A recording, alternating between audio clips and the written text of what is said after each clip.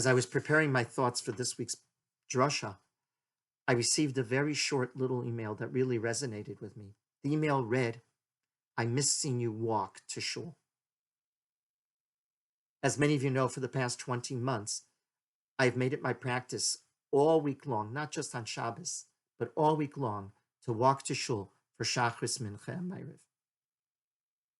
As soon as COVID-19 hit and chaos set in, that stopped. Now, about 5 times a week, Ruchama and I take a walk through the neighborhood in early evening hours, and we take about a 50-minute walk. Beautiful walk. It gives us time to talk to each other, to catch up on what's happened during the day.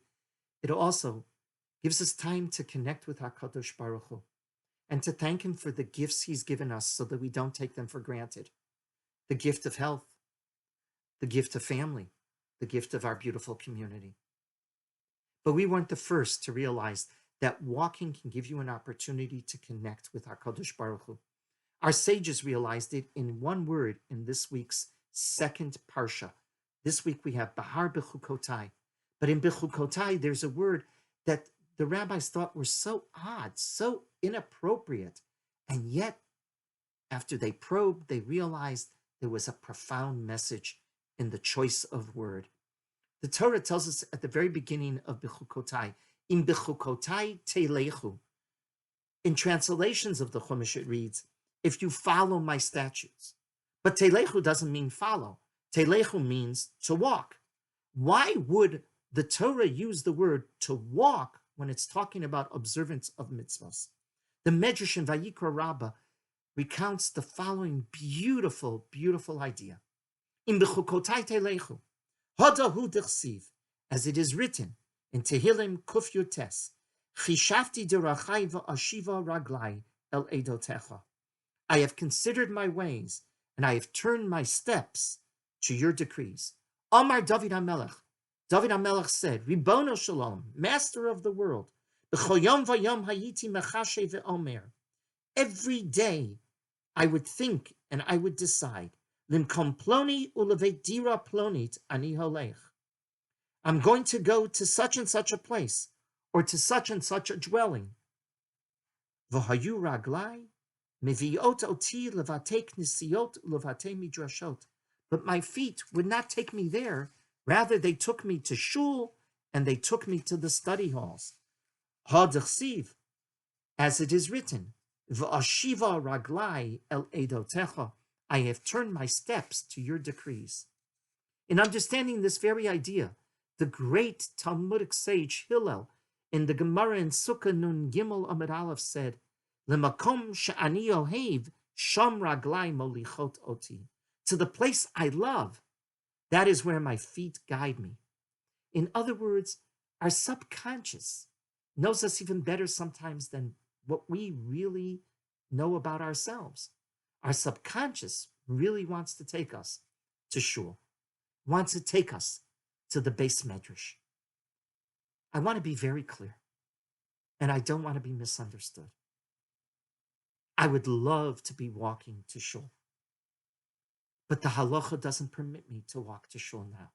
The halacha doesn't permit me to have a minyan, not in shul and not at a home.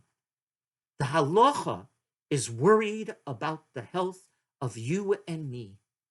And when there is a sakonas nefoshos and even a safek sakonas nefoshos, the halacha is clear.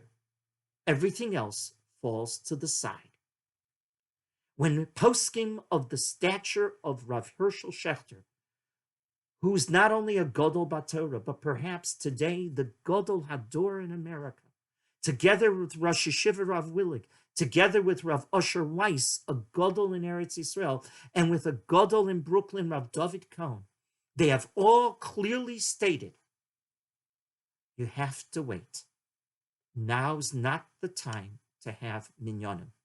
And even when the government permits us to go, they've told us you got to still wait another 2 weeks to make sure that the virus is not going to return. And God forbid, people become sick and people, God forbid, will die. The halacha doesn't permit us to put ourselves into such a sofek sakonos nefashos. That is the halacha. And I tell you, I cannot understand for the life of me how frum people can now be petitioning the government, begging them to allow us to have minyanim. The halacha doesn't permit this minyan. It doesn't permit minyanim now. The halacha is concerned more about our living a Torah life than putting ourselves into danger. If you would ask these very same people, tell me, would you eat fish and meat together? They would look at you and they would think you're a heretic. And they would say, of course, the halacha doesn't permit that. And you would press and you would ask, tell me, why doesn't the halacha permit it? And they will tell you, because sakana. And when sakana occurs, the halacha is very strict. But the Muskin Avram back in the 17th century already noted, there's no documentation of any sakana of eating meat and fish together, and yet we won't do it. Now we have a documented danger, and now we're petitioning to put ourselves into danger? That makes no sense. So until we can discern halachically that my feet should carry me to shul, my feet should carry me to a minyan, those minyanim have to be closed. But that's not my only message that I wish to share with you about this unusual wording of telechu in those first three words, in Behar-Behukotai telechu. The 17th century great commentator, the Or HaChaim HaKadosh, in his commentary called Or HaChaim al HaTorah, gives 42 different reasons why this word was chosen. I just want to choose two of those comments because they are so important and they resonate with us as we confront COVID-19. The first I found in his 7th comment on telechu. He notes that the verb to walk means that sometimes in a religious person's life, one needs to take a journey to become creative religiously and spiritually. You have to leave your normal situation. You have to leave and get outside your normal way of thinking and of living so that you become creative. Maybe COVID-19 is offering us this ability to walk with God outside of our normal process. All of us have dreams. All of us have aspirations. During the regular life, living a normal life, we're running and running and running, and we don't even have time to think. Maybe our dreams are not the dreams we should be having. Maybe the aspirations are not what we should be aspiring to accomplish in a lifetime. Well, now we have that opportunity to take a little walk with HaKadosh Baruch Hu and reassess and become creative in our spiritual lives. But there's a second lesson. And this I found in the 27th comment of the Or HaChaim on this week's Parsha. He says the following, quoting the Zohar: animals do not change their nature. They are not walkers, but humans are walkers. We are always changing our habits, walking away from base conduct to noble conduct, from lower levels of behavior to higher ones. Walking, progressing is our very essence. It is what humanity is all about. Walking distinguishes us from the rest of God's creatures. Now's the opportunity to take a walk, because walking gives you that opportunity to change. Walk with HaKadosh Baruch Hu. That maybe is the silver lining of this very terrible and difficult time of COVID-19.